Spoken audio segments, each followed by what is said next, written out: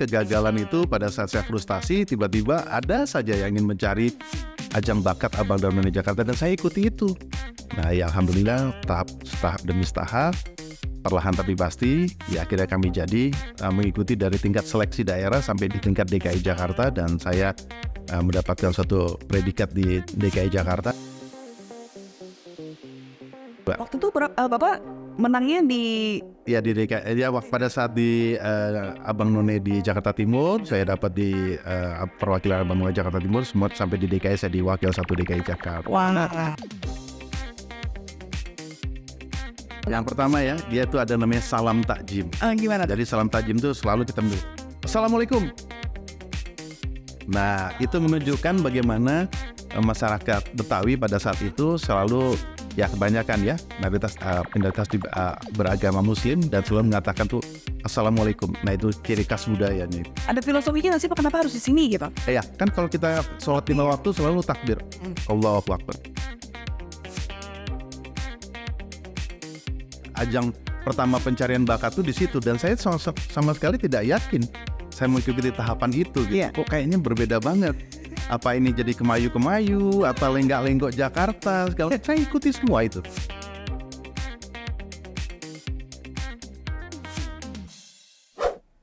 Halo pemirsa, kembali lagi bersama dengan Ibda Ines tentunya dalam podcast Polri Presisi. Kalau Ines sudah hadir berarti Ines sudah bersama dengan narasumber yang luar biasa. Dan di kesempatan kali ini Ines sudah kedatangan seorang perwira menengah Polri yang saat ini menjabat sebagai Kabid Humas Polda Manayung.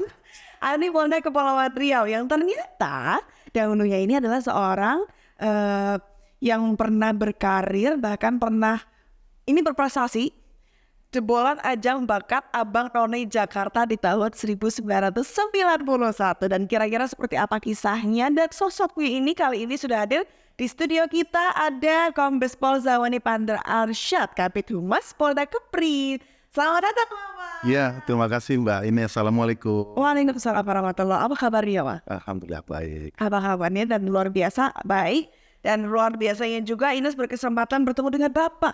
Ya inilah. Ini suatu kesempatan nih Mbak Ines ya, bisa tatap air. Abang None Jakarta 1991. Ya betul. Wah luar biasa.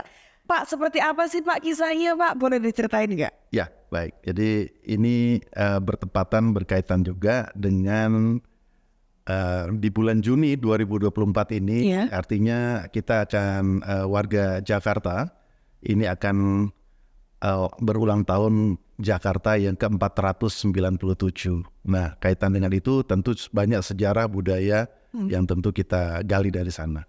Tetapi keikutsertaan saya di sana tentu panjang sejarahnya. Nah, ini yang harus kita ikuti dari pertama dan saya juga tidak menyangka gitu bisa sampai mengikuti ajang tersebut. Tapi ternyata banyak sekali ilmu yang kita dapat dari sana. Oh iya?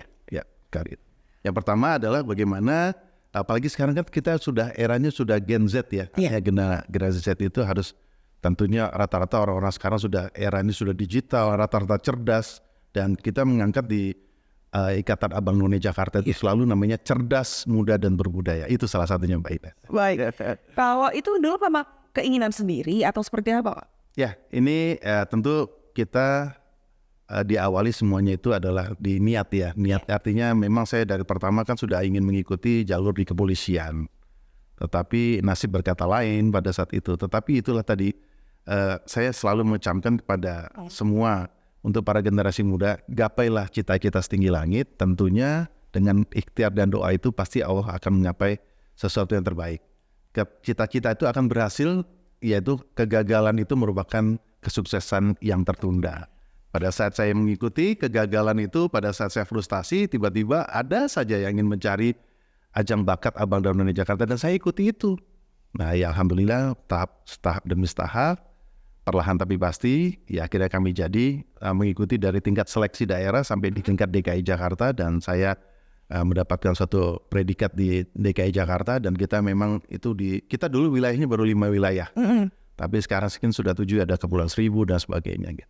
Mungkin itu sih Pak. Waktu itu Bapak menangnya di Ya di DKI ya pada saat di Abang None di Jakarta Timur, saya dapat di perwakilan Abang None Jakarta Timur, semua sampai di DKI saya diwakil 1 DKI Jakarta. Wow, bangga sekali. Pak, kalau misalnya yang saya tahu nih Pak, kalau misalnya Abang None itu kan ada gerakan khasnya nih Pak. Iya, Masih iya. kan nggak? Masih dong. Gimana coba? Yang pertama ya, dia itu ada namanya salam takjim. Gimana tuh? Jadi salam takjim itu selalu kita menunggu. Assalamualaikum. Nah, itu menunjukkan bagaimana masyarakat Betawi pada saat itu selalu ya kebanyakan ya mayoritas beragama Muslim dan selalu mengatakan tuh Assalamualaikum. Nah itu ciri khas budayanya itu. Ada filosofinya nggak sih Pak, kenapa harus di sini gitu? Ya kan kalau kita sholat 5 waktu selalu takbir. Allahu Akbar. Nah seperti itu kira-kira. Itu sama ya kalau untuk yang laki-laki abangnya sama nonenya itu sama? Kalau yang nonenya dia langsung menundukkan kepala sambil mengangkatkan tangannya seperti ini. Seperti itulah ciri-ciri khasnya. Berarti nggak perlu diraguin lagi ya kalau beneran ini loh. Coba dari Bang None. Nah, Bapak, menurut Bapak, apakah ada kesamaan antara indikator yang digunakan dalam mungkin beberapa tahapan seleksi masuk personel Polri, kemudian dengan beberapa tahapan seleksi pada saat Bapak mengikuti ajang Abang None di Jakarta?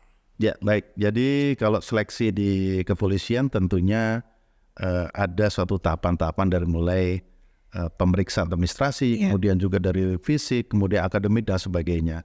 Tetapi kalau di Abang None ini adalah pemeriksaan fisik itu secara umum ya, artinya tentunya ada tes kesehatan, kemudian ada psikologi juga dan sebagainya. Tapi inti output yang akan didapat di sana yang jelas itu tentu perlu butuh suatu kesiapan ya. Kalau kita di Polri tentunya harus persiapan jauh-jauh hari mulai jasmani, ada beberapa item-item yang harus kita lalui, termasuk juga nanti dalam psikologi, termasuk akademik ya, semua kita lakukan, bahkan ada wawancara juga. Tapi pada saat itu memang Bapak itu mempersiapkan diri, maksudnya ada ikut pelatihan atau mungkin benar-benar mempersiapkan, oh ya aku mau ikut Abang None nih kayak gitu. Ada mungkin, oh aku harus ini kayak gitu nggak Pak? Sebenarnya itu adalah kebetulan ya. Pada saat saya gagal, waktu itu kan saya persiapan tahun 89 mengikuti Akademi Kepolisian. Tahun 1989, tahun 89, saya sudah sampai di tingkat pusat. Wow. Sudah sampai di Magelang. Pada saat itu kita masih bergabung dengan Angkatan Bersenjata Republik Indonesia. Bukan terpisah Polri dari ABRI ya. Artinya kan kalau sekarang Polri sudah mandiri. Artinya pada saat sudah sampai di tingkat pusat, saya dari semua tahapan ternyata pada saat penentuan terakhir ya saya harus pulang dan kembali ke Jakarta. Disitulah saya harus ada sebagian masyarakat atau sebagian anak-anak yang sudah pada tes itu kan, udah saya nggak mau Pak, kalau pulang ke Jakarta ntar bahasanya kan, ntar gue malu nih ketemu sama orang tua, bahasanya seperti itu. Nah pada saat itu saya tetap pulang dan saya menemui kedua orang, maksudnya kepada orang tua saya kebetulan menjadi anak yatim dari umur 12 tahun. Jadi tinggal ibunda saya dan kakak saya temui beliau, dan pada saat itu saya artinya mencium kaki beliau dan menyatakan bahwa mama, saya mohon maaf belum bisa mencapai cita-cita yang diharapkan, tapi nggak apa-apa, bahasanya atau mama, cita-cita itu kan banyak, apa saja yang bisa dilakukan, katanya. Ya sudah saya lakukan itu. Pada saat itu saya hadir dengan teman-teman, apalagi saya kan tinggalnya di kompleks Polri pada situ, kita anak kolong kalau bahasa zaman dulu Mbak Ines. Iya. Jadi kalau saya tinggal dulu di Korlantas Polri, itu namanya Direktur Korlantas Polri. Jadi karena memang orang tua saya dulu di kepolisian juga ya, pada almarhum itu. Nah, jadi saya di sana kumpul dengan teman-teman, biasalah kayak kita kumpul, terus pada saat ya kalau orang kita bilang sekarang namanya hangout ya. Kita rupanya di sana ada salah satu senior dari Abang None sedang mencari calon bakat untuk dicalonkan sebagai Abang None Jakarta. Pada saat itu beliau maksudnya dari senior-senior kami itu ada menarik perhatian kepada saya pada saat itu. Nah disitulah ajang pertama pencarian bakat tuh di situ, dan saya sama sekali tidak yakin saya mengikuti tahapan itu gitu. Kok kayaknya berbeda banget. Apa ini jadi kemayu-kemayu, apa lenggak-lenggok Jakarta, segala. Saya ikuti semua itu. Dan saya yakin bahwa ini adalah rencana Tuhan. Yang tentunya ya itu yang saya camkan bahwa segala sesuatu rencana Tuhan adalah yang terbaik. Dan akhirnya saya gapai di situ. Semua saya lalui dari tingkat daerah sampai di tingkat wilayah pusat, maksudnya di Jakarta, kok sampai mendapatkan predikat itu. Dan ya alhamdulillah saya sampai di DKI, mewakili DKI Jakarta, dan saya mewakili setiap kali event-event promo DKI Jakarta. Jadi waktu tahun 1991 itu tagline-nya adalah Visit Indonesia Years in 1991, adalah kunjungan wisata tahun 1991. Jadi kami beserta para abang none yang lain dari 5 wilayah itu mewakili kita untuk pameran budaya dan pariwisata DKI Jakarta di Pasadena Off Roses. Jadi dulu ada namanya Turnamen Off Roses ke Amerika Serikat dan beberapa negara-negara. Nah itu yang kami bawa. Dan sifat yang kami lakukan di situ, ya artinya ya itu salah satu bentuk pelayanan kepada masyarakat yang kami rasakan. Bagaimana kita harus bisa melayani masyarakat dan kita melayani para wisatawan ya sasarannya itu. Bagaimana sabta pesona. Nah kalau sekarang tagline-nya adalah Wonderful Indonesia. Namanya Pesona Indonesia di tagline di tahun 2024 sekali seperti itu. Begitu Mbak Ines. Nah, pastikan tentunya perjalanannya panjang ya, bisa dibilang. Mulai dari pertama gagal dulu. Itu memang cita-cita ya Pak? Jadi ingin jadi polisi. Benar gagal, tapi nggak putus semangatnya. Kemudian ada istilahnya mengikuti jalan itu, jalan. Benar-benar yang akhirnya dibukakan untuk aku ikut aja Bang. Betul. Nah, yang saya penasaran nih, ada nggak sih benefitnya untuk Bapak sendiri ketika Bapak mengikuti Abang None, kemudian kan Bapak baru diterima setelah itu ya Pak? Betul, jadi baru diterima setelah saya kuliah ya. Jadi saya begitu gagal, saya tetap apalagi namanya ilmu pengetahuan itu harus penting bagi kita. Apalagi saya kuliah pada saat itu tentu kita harus paham terhadap Tridharma perguruan tinggi. Mahasiswa itu adalah Tridharma perguruan tinggi yang pertama adalah pola belajar mengajar di kampus, kemudian juga ada penelitian pengembangan, yang terakhir adalah pengabdian pada masyarakat. Nah itu yang saya pakai. Jadi semua bersama di lembaga pendidikan manapun rata-rata itu yang dipakai.